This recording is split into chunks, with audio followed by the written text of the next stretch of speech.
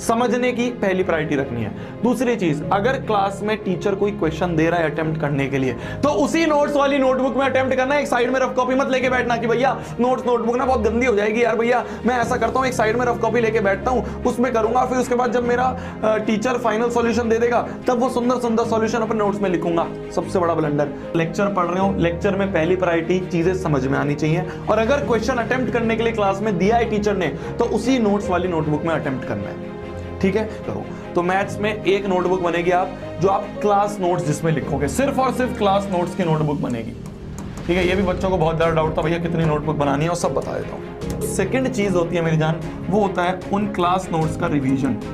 Direct homework में मत भाग जाना कि भैया जो क्लास में क्वेश्चन दिया ना सर ने वो कर लेता हूँ, रिवीजन तो क्या है, याद है ना। नहीं, पहली चीज है जो आपने क्लास में नोट्स बनाए हैं उन नोट्स का आपको रिवीजन करना है। ये सेकंड स्टेप है, रिवीजन।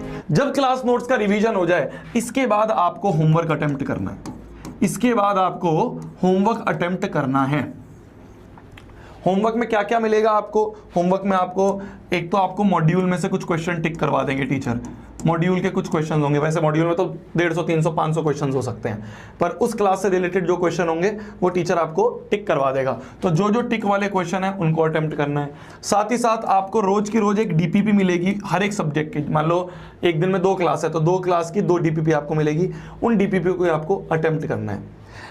यहाँ पे आप समझ गए होगे, सेकेंड नोटबुक जो है वो बनेगी आपकी मॉड्यूल की नोटबुक। ठीक है, और जो तीसरी नोटबुक बनेगी आपकी, थर्ड नोटबुक जो बनेगी वो बनेगी डीपीपीज की नोटबुक। ये 3 नोटबुक बनेंगे मेरी जान।